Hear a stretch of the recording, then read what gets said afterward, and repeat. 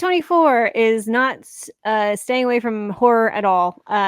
The phenomenon of the Backrooms, which I did wind up, I don't know, a couple years ago when they first came out, I kind of went down a rabbit hole for one evening and then I scared myself too much, so I stopped. But they are doing the movie of it. Chiwetel Ejiofor is going to be in it, as well as Kristen Milotti from The Penguin. Her name's not here. And if anyone is surprised that it's a 19-year-old director, I was surprised too. But that guy, Kane Parsons, is actually the guy that created the whole Backrooms stuff, if you didn't know. So they're taking the original creator to direct it. What do you guys think about that? Smart. Is this going to be a look into the future generations, like a 19-year-old showing us their brain, like and saying, "Look, this is." Well, he's the one who made the short films, so it makes sense that you would just grab the guy who did it. I get it. Gotcha. Do you guys know about the Backrooms at all? Yeah. Everything I know from the Backrooms is through memes and then like reading about it and then like getting into like the whole wormhole of like liminal spaces and so. Well, that's how it grew, right? It was like meme culture is what really grew it. Like I think it had a niche thing beforehand, and then then you'd see it somewhere on like a short or a TikTok or something like that. And then it would kind of fall into something. You might see something that then leads to it because of the algorithm. But yeah, it's absolutely. You can make a case that Severance takes something from Backrooms, the way they started doing stuff. It's smart. I'm guessing they're gonna play it like Five Nights at Freddy's and kind of go around that because that tactic seems to work very well. So maybe that's where they go. Yeah, and I did grab the image on the left. I don't know if it's a spin-off of the Backrooms or it's just part of it, but I think it's called the Playrooms. Which those actually scared me even more than the Backrooms was. But yeah, you're right. Like I remember, like you can just search on Reddit, and it's like you can see tons of people just posting random places they are, and that eerie, creepy feeling of the Backrooms, like these liminal spaces and stuff.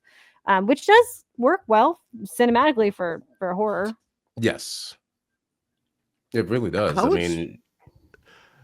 How much budget do you think this will have relative to what he had for his thing? Like that, I like trying to do the same thing, but upscale it with a certain budget. I wonder if there's a number that it's almost too much, where you like get a little, there has you go too far. What do you need besides a building? Yeah. Better cameras. Like, in my opinion, that's the win is you get the better cameras. Yeah. Well, do you want good cameras as well? Like so much of it is that kind of that scratchy, almost VHS, like Blair Witch Project aesthetic. Like if you want to get really uncomfortable, we just rewatched 28 Days Later. You kind of maybe go that route of just wandering through empty spaces. And again, like that fear of, it's like not even a fear you can express. It's just a discomfort at where you are and just that unknowable discomfort. Well, I think it's kind of one of those things too. It's like we kind of know what it's going to look like. Two great actors are going to be helming this ship. And what do you guys think? When would you release this? Oh, it's filming beginning of summer, but when would you release this film? And how much do you think potentially, like, is it going to do Five Nights at Freddy's numbers or a lot less, or like maybe Talk to Me numbers? Like, what do you think? Talk to me more likely. Five Nights at Freddy's had a lot of stuff going for it that I don't know if the Backrooms has. Mm-hmm. And because the Backrooms isn't technically a franchise, even though there has been many adaptations of it, I don't know if it really. And then there are people who literally liminal spaces is actually like a phobia for some people, so they may not even choose to do. And I don't know. It's interesting. I could see it having. It would have to turn into an event, like teenagers turn it into an event, and then they just go based off of that. I bet that's what their plan is. I bet there's something in there. They've been like, okay, we need to do something different. Like it needs to somehow have a chance at catching like that Five Nights at Freddy's audience where they go to see it because of other reasons along with the nostalgia and the horror and all the other elements. Like it becomes like something to do that you're all doing as teenagers, basically.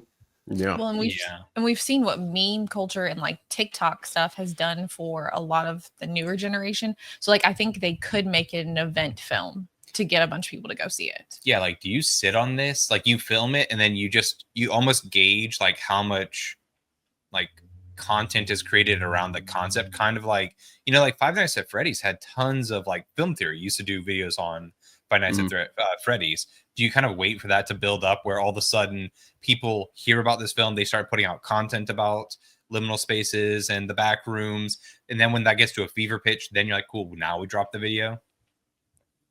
Yeah. Yeah. Yeah. Do you use Kane Parsons at being a YouTuber and like use a bunch of YouTubers to your benefit? Yes. No, exactly. Yeah, and maybe they should take what they did with long legs, a little bit of that type of marketing too. I think would really benefit them for sure, because that stuff went viral, even if you were going to see the movie or you didn't. Well, I think when we find out about the first trailer, teaser, whatever we get, I think that's going to be very interesting, and I'd love to revisit that with you guys once that happens. But you guys, thank you so much for joining, and we'll see everyone next time.